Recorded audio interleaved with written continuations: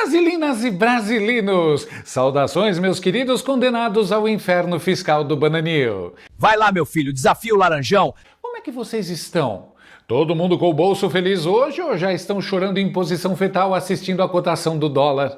$1? Eu nunca vi $1. Ninguém tem $1. Eu quero ver esse dólar.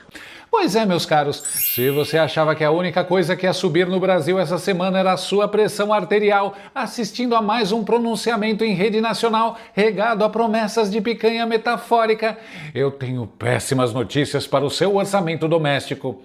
O amor venceu, senhoras e senhores. O amor venceu com tanta força que a fatura chegou e veio pesada. Só que ela não veio em real desvalorizado, não. Ela veio com o selinho de qualidade do tio Sam, carimbada em dólar e com a taxa de importação de singelos 25% para estragar o restinho do seu dia.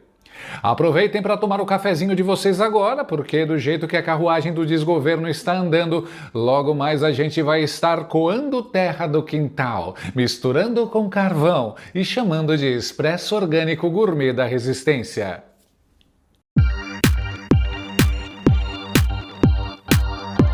Sim, o impensável aconteceu. Donald Trump cumpriu a promessa de campanha e o USTR, que é o escritório do representante comercial dos Estados Unidos, o órgão oficial deles de comércio, confirmou um tarifaço de 25% sobre a grande maioria dos produtos que o Bananil tenta vender para lá. É oficial? Tá no papel? Agora a pergunta de $1 milhão, que hoje vale quase R$1 bilhão, de quem é a culpa? Se você perguntar no Palácio do Assalto, digo Planalto, a culpa é do Bolsonaro, é do Flávio, é do aquecimento global, do meteoro que extinguiu os dinossauros ou de qualquer perfil de fofoca que não tenha recebido a sua verba estatal da semana. Mas, se você perguntar para qualquer ser humano que tenha mais de 2 neurônios funcionando em sincronia para não babar na roupa, bom, aí a história muda de figura. Preparem a pipoca enquanto o milho importado não triplica de preço por causa do câmbio, porque hoje nós vamos dissecar como o ego colossal de um homem de 9 dedos conseguiu isolar o Bananil economicamente mais rápido do que o Thanos estalando os dedos com a manopla do infinito. Para começar o nosso banquete de vergonha alheia internacional, nós precisamos falar sobre o homem que resolveu chutar o balde e estragar o café da manhã de toda a esquerda brasileira. Marco Rubio. O secretário de Estado norte-americano foi para o finado Twitter, atual X, aquele mesmo que a nossa Suprema Corte tenta combater diariamente como se fosse o vilão de um filme do James Bond, e resolveu jogar a real sem vaselina diplomática. Hoje, o presidente Trump determinou que o USTR impõe uma tarifa de 25% sobre a maioria das importações brasileiras. Não haja confusão sobre o motivo. O presidente Lula e seu governo não negociaram com os Estados Unidos de boa fé. Suas políticas econômicas são ruins para os americanos e ruins para os brasileiros. No último ano, Lula colocou seu próprio ego à frente de fazer um acordo pelo bem-estar do povo brasileiro, e essas tarifas são o preço por isso. Meu Deus do céu! Ego? O Lula? Imagina! O homem que se auto-intitula a alma mais honesta desse país, que fala de si mesmo na terceira pessoa como se fosse um semideus da mitologia de boteco, ou um imperador romano de terno amassado, com o ego inflado? Quem poderia prever uma coisa dessas, não é mesmo? O Marco Rubio basicamente olhou para o Planalto e disse: Amigo, você quis dar uma de fortão na internet, quis pagar de líder do sul global, abraçando ditador de estimação, e agora quem vai pagar o pato é o tiozinho que trabalha na indústria de calçados lá em Franca. Porque é exatamente isso que acontece. O nosso querido viajante profissional de 9 dedos achou que governar um país continental em pleno ano de 2026 é a mesma coisa que comandar um sindicato no ABC Paulista no final dos anos 80. Ele achou que bastava dar uma palestra inflamada, cheia de metáforas futebolísticas sobre o Corinthians, oferecer uma cachaçinha pro Trump, falar mal do imperialismo yankee e o mundo inteiro ia se curvar à sua suposta soberania intelectual. É inadmissível! Alerta de spoiler, meu caro molusco! O mundo real não tem fundo de garantia, não tem a Janja escolhendo móveis de luxo no camarote com o nosso dinheiro e não tem tapete vermelho infinito. O mundo real funciona com base em comércio, poder, influência e tarifas alfandegárias. E agora o Bananil levou um bloqueio comercial histórico na cara, cortesia exclusiva do ego presidencial. Mas se você acha que o tarifaço aconteceu só porque o presidente tem o ego do tamanho do Maracanã em dia de clássico, você está muito enganado. O buraco é muito mais embaixo e o relatório oficial do USTR foi direto na ferida da nossa intocável, maravilhosa e pétrea democracia.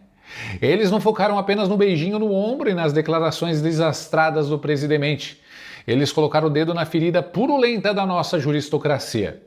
Comércio digital. Tribunais brasileiros emitiram ordens secretas dirigindo empresas de tecnologia dos Estados Unidos, incluindo X, Meta e Google, a remover certos conteúdos políticos, suspender contas pertencentes a residentes dos Estados Unidos e proibir as plataformas de divulgar essas ordens aos proprietários de perfis.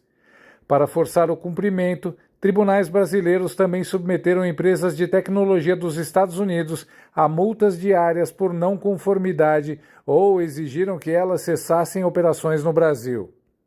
O relatório cita expressamente a nossa escalada autoritária. O Jameson Greer, que comanda a parada toda lá no órgão de comércio americano, soltou um documento oficial apontando que o comércio digital no Bananil virou uma espécie de terra de ninguém, ou melhor, a terra de um homem só.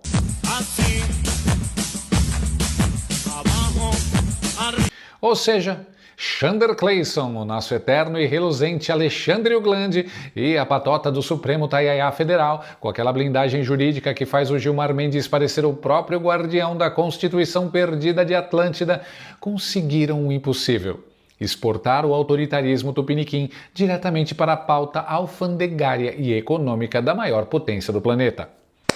Parabéns aos envolvidos! Palmas para os nossos iluminados ministros! O xerife da internet achou que estava apenas combatendo fake news e protegendo a democracia no quintal dele, mas acabou de criar, por tabela, um imposto de importação de 25% para a combalida indústria nacional. É genial! O STF agora não dita apenas quem vai preso, quem pode falar na internet ou quem é censurado. Eles agora controlam indiretamente a taxa de câmbio e a balança comercial do país. Daqui a pouco, se você for comprar uma capinha de celular na Shopee ou no AliExpress, virá um oficial de justiça junto na entrega para garantir que você não digite nada ofensivo na hora de avaliar o produto com 5 estrelas. Mostre aquele sorriso, cara! Os americanos foram claros. Se vocês querem brincar de censura prévia, banir redes sociais, aplicar multas milionárias e agir como se fossem imperadores romanos de toga preta, tudo bem, a soberania é de vocês, mas o preço desse brinquedo autoritário é 25% em cima de quase tudo que vocês tentam exportar para cá. É a velha geopolítica do aqui se faz, aqui se paga. Só que quem faz a lambança é o ministro de toga em Brasília, o presidente, e quem paga a conta é você, trabalhador, que acorda às 5 da manhã para pegar transporte público lotado. E o mais hilário de tudo isso é assistir de camarote ao desespero absoluto do Palácio do Assalto, digo Planalto, tentando desesperadamente colar uma narrativa para colar no lombo de outra pessoa. No primeiro momento em que a notícia saiu, o Stalinácio deve ter dado pulos de alegria nos corredores do palácio. Imagina a cabeça do nosso querido líder. Companheiro, que maravilha! O Trump botou a tarifa. Agora eu posso ir pra televisão com aquela cara de choro dramático, culpar a herança maldita, culpar a extrema-direita, dizer que o fascismo internacional tá perseguindo o pai dos pobres e garantir mais uns votinhos pra próxima eleição sob a bandeira do nacionalismo de boteco. Ele realmente achou que seria o mestre supremo da manipulação das massas. Achou que o povo brasileiro ia olhar para o bolso vazio, para a demissão em massa na indústria e pensar: Nossa, que malvado esse Donald Trump! Vou votar no PT para proteger a nossa soberania nacional! Só que a realidade, meus amigos, não lê cartilha de militante. A realidade deu uma voadora com os 2 pés no peito do Lula. A narrativa escorregou das mãos calejadas do governo como sabonete em banho de presídio. Primeiro veio Marco Rubio apontando o dedo na cara do Lula em público. E depois, para o desespero do governo Lula, veio a própria Fiesp, a Federação das Indústrias do Estado de São Paulo.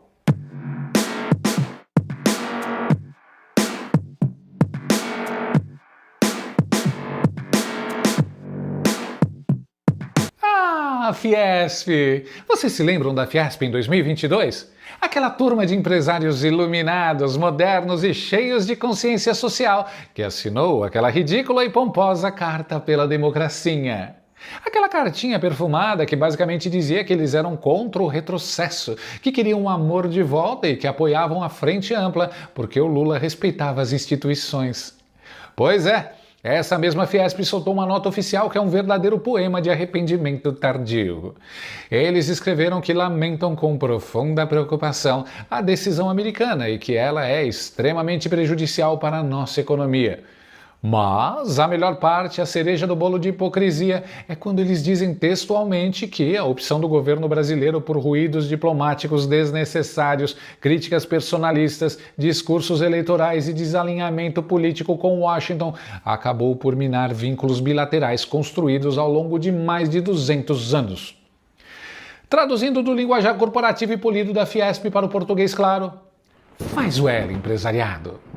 Eles apoiaram o cara, fizeram um L bonitinho, posaram para fotos sorridentes, acharam que iam ter facilidades com dinheiro público do BNDES e juros camaradas, e agora tomaram um tarifaço de 25% no meio do lombo de forma unilateral. A Fiesp basicamente assinou um atestado público de "fomos otários". O amor não apenas custa muito caro, ele cobra juros abusivos, não aceita parcelamento e ainda penhora os seus bens. E na internet, meus amigos, a internet é um tribunal implacável que não perdoa um deslize sequer. Bastou o tarifaço ser confirmado para as redes sociais explodirem.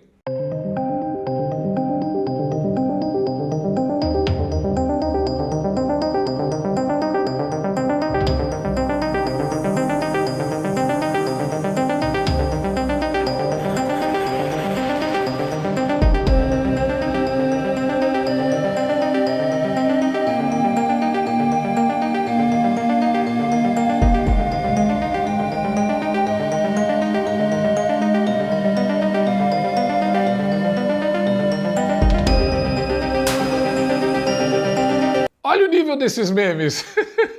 O povo não perdoa. É hashtag subindo nos trending topics, acusando o governo de destruir a indústria nacional para manter o orgulho de um projeto de poder falido. O brasileiro pode ter fama de ter memória curta para muita coisa. Afinal de contas, elegeram o Lula de novo depois de tudo o que aconteceu. Mas, quando a canetada mexe diretamente no bolso do cidadão, a memória do trabalhador vira um supercomputador da NASA em fração de segundos. O grande erro de cálculo do Lula e dos seus marqueteiros amadores foi achar que as provocações infantis que ele faz em discursos internos não teriam consequências práticas no mundo real. O cara passou os últimos meses provocando o Trump, o Marco Rubio e os Estados Unidos de todas as formas possíveis e imagináveis. Foram mais de 60 ataques públicos documentados desde que ele assumiu a presidência. Ele falou mal do governo americano em dezenas de ocasiões diferentes só nos primeiros meses deste ano de 2026. O sujeito achou que estava discursando para a militância de camisa vermelha em cima de um caminhão de som no Sindicato dos Metalúrgicos, mas esqueceu que os assessores da Casa Branca e do Departamento de Estado também têm acesso à internet e sabem usar o Google Tradutor muito bem. O plano original de Stalinácio era desenhar uma guerra comercial fake para posar de herói nacionalista contra o monstro do imperialismo yankee e culpar os Bolsonaro. Mas o tiro saiu pela culatra de uma forma tão espetacular que o próprio povo está apontando o dedo na cara dele e dizendo: Lula, você procurou sarna para se coçar e agora quer que a gente pague o tratamento médico? E para coroar a burrice colossal do governo, a desculpa oficial de que eles vão usar a tal da lei da reciprocidade para taxar os produtos americanos de volta é de uma idiotice sem precedentes na história da diplomacia comercial. O gênio da economia quer resolver o problema de uma taxa de 25% nos produtos que a gente exporta, cobrando imposto nos produtos que a gente importa de lá. É exatamente igual ao cara que é assaltado no meio da rua e, para se vingar do ladrão, chega em casa com raiva e dá uma surra no próprio cachorro. Quem é que vai pagar mais caro pelo iPhone, pela tecnologia de ponta, pelos componentes eletrônicos e pelos insumos industriais que vêm de fora e que a gente não produz aqui dentro? Noi! O consumidor final. É o duplo prejuízo em nome do orgulho ferido e do capricho ideológico de um idoso obcecado pelo poder e ressentido com o mundo moderno. Meus amiguinhos, o resumo da ópera de toda essa comédia trágica é o seguinte: o plano de marketing eleitoral do Palácio do Assalto, digo Planalto, faliu miseravelmente antes mesmo de ir para o ar na TV. Stalinácio queria a tarifa americana para tentar forçar os produtores nacionais a venderem os seus produtos mais barato aqui dentro, no mercado interno, e assim fingir de forma artificial que ele conseguiu baixar a inflação de alimentos e bens de consumo. Uma tática simplesmente genial que ele copiou diretamente do Manual de Economia do Alberto Fernandes na Argentina. E todos nós sabemos, com absoluta certeza, que essa tática funcionou lindamente para transformar a Argentina em um verdadeiro paraíso econômico estável. Só que não, né? Mas o Donald Trump, que de bobo não tem absolutamente nada, foi muito mais esperto. Ele deixou o café e a carne bovina brasileira de fora do tarifaço principal. Ou seja, nem esse ganho eleitoral populista de curto prazo Stalinácio vai conseguir ter para mostrar no horário político. Ele vai ficar exatamente assim, com a indústria nacional enfurecida no seu encalço, o empresariado paulista que fez o L chorando as pitangas nos jornais, a inflação subindo do mesmo jeito por causa da alta do dólar e a reputação internacional do Brasil chafurdando no subsolo da diplomacia global. O ego do presidente custou caro demais. E adivinha só em nome de quem está a fatura detalhada dessa brincadeira? No seu, no meu, no nosso nome. Um abraço forte a todos vocês, saudações e até a próxima lambança do Lula, que não vai demorar. Fui. USA Brasileiras. Entre no site e saiba como adquirir o seu modelo exclusivo. Para mulheres de bom gosto e que são femininas. USA Brasileiras, o seu chinelo perfeito.